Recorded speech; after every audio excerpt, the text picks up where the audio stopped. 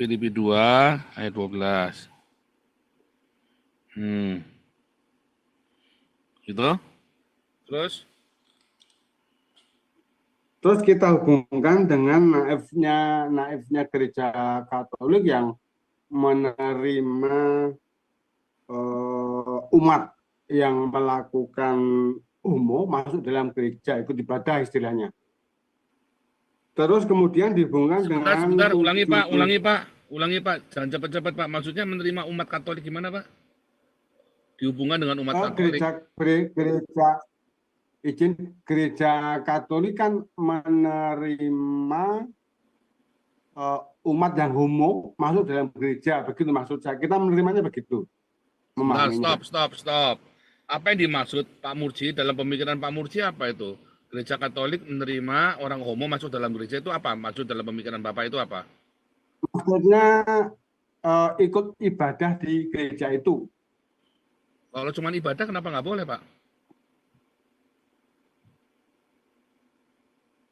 Kalau misalnya ada orang homo nih datang ke gerejanya Pak Murji, diterima apa nggak Pak?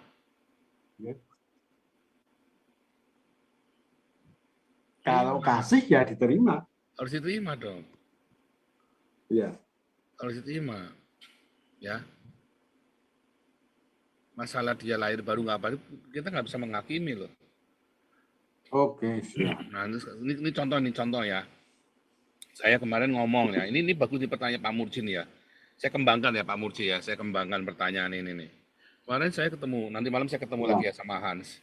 Lalu istrinya Hans ini, saya lagi cerita tentang Michael Jackson. Terus dia bilang, Michael Jackson kan homo.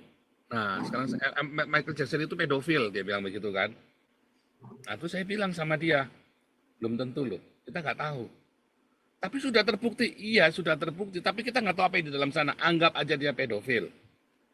Ya, terus kamu nggak mau nyanyiin lagunya, ya kan? Kan lagunya Michael Jackson kan bagus-bagus kan? Kenapa kamu nggak mau nyanyiin lagunya? Ya kan dia pedofil. Nah, tak kasih tahu ya, di Indonesia ini ada 2 penulis lagu yang terkenal sekali. Mungkin separuh lagunya orang Pentakosta karismatik, mungkin separuh yang nulis mereka, 2 orang ini. Ya, contohnya nih ya, contohnya nih. Selamat pagi Bapak, selamat pagi. Bagus ya lagunya ya. Benar enggak? Iya, bagus. Sujud menyembah, nah.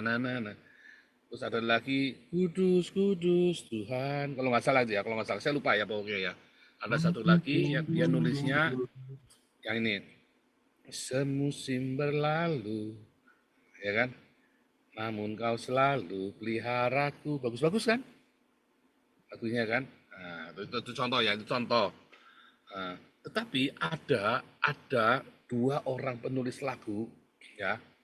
Ada orang 2 penulis lagu, ya, yang menulis ratusan lagu yang Anda nyanyikan hari ini, ternyata 2 orang ini homoseksual loh. Dan itu sudah terbukti dan sudah ketahuan. Lalu Anda nggak mau nyanyiin lagunya. Tadi Pak, masalahnya orang homo datang ke gereja kan? Boleh nggak? Di gereja Katolik segala macam itu. Jadi kalau menurut saya nggak masalah. Tapi kalau ini dia nulis lagu, kamu mau nyanyiin lagunya nggak? Nah ini PR loh saudara. Contoh nih, kita kan selalu mengkritik Insinyur Niko kan dengan hedonismenya kan. Tapi lagunya dia luar biasa. Apa namanya? Yesus engkau baik. Saya suka nyanyikan, saya suka sekali lagu itu ya. Yesus engkau baik. Begitu bangun tidur saya pasti nyanyi itu. Yesus engkau baik, sungguh baik, sangat baik. Saya suka sekali. Gampang, lagunya gampang. Kita sambil ngantuk-ngantuk punya bisa bunyi, ya kan? Oh, lagu semusim berlalu susah itu. Semusim berlalu, namun kau selalu. Wah, itu nadanya aja susah nadanya. Tapi kalau bilang Yesus engkau baik, sungguh baik. Cuma 3 nada, saudara. Ya, sol, fa, sol, fa, mi. Cuma sol, fa, mi. Nadanya kan cuma sol, fa, mi saja, saudara. Gampang banget. Tapi, ya, kita tahu Pak Niko ini kan salah satu tokoh gereja kemakmuran dan pendeta hedonisme kan.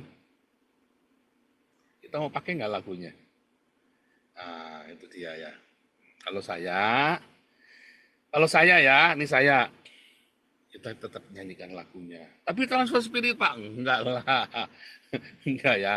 Transfer spirit itu Enggak. bukan dengan cara yang begitu. Transfer spirit itu kalau kita hidup dengan mereka, lagunya ya bagus. Contoh nih.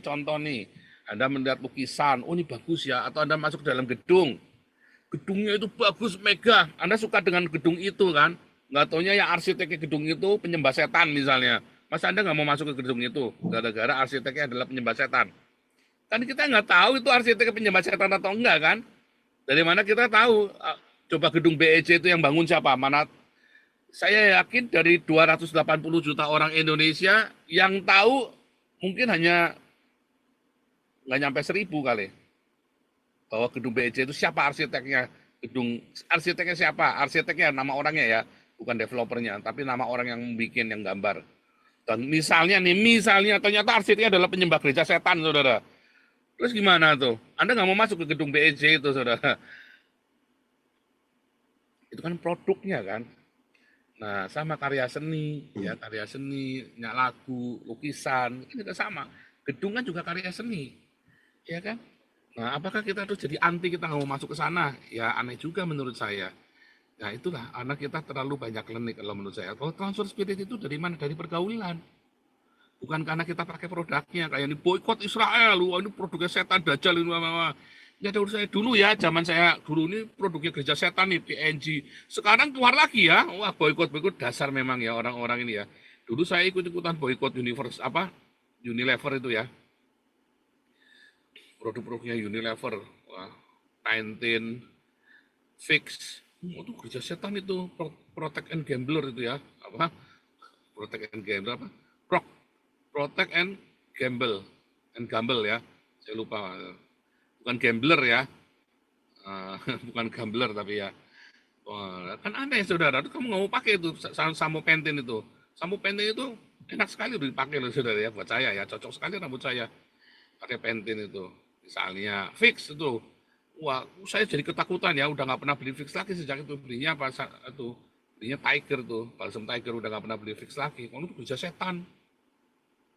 Nah itu loh, kadang-kadang kita, oh ini bikinnya tuh pakai korban, kelinci dikorbanin, ini bikin fixnya ini.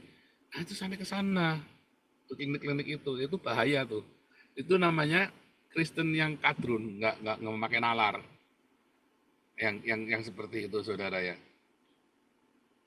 Tapi Pak Erastus bikin ini ya, bikin solusi ya. Semua gerejanya dia harus pakai lagunya dia.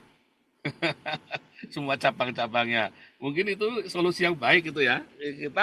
Saya minta Welly semua ya, para penulis lagunya kita nulis sebanyak-banyaknya dan kita mulai aransemen sendiri tuh lagu-lagunya. Nanti kita bikin ya bagaimana menulis lagu dengan rima supaya jatuhnya pas. A, A, I, U, U ya, bagaimana mengeksplor lagu itu ya. Mungkin kita bikin supaya Anda semua tertarik ya untuk bikin lagu ya.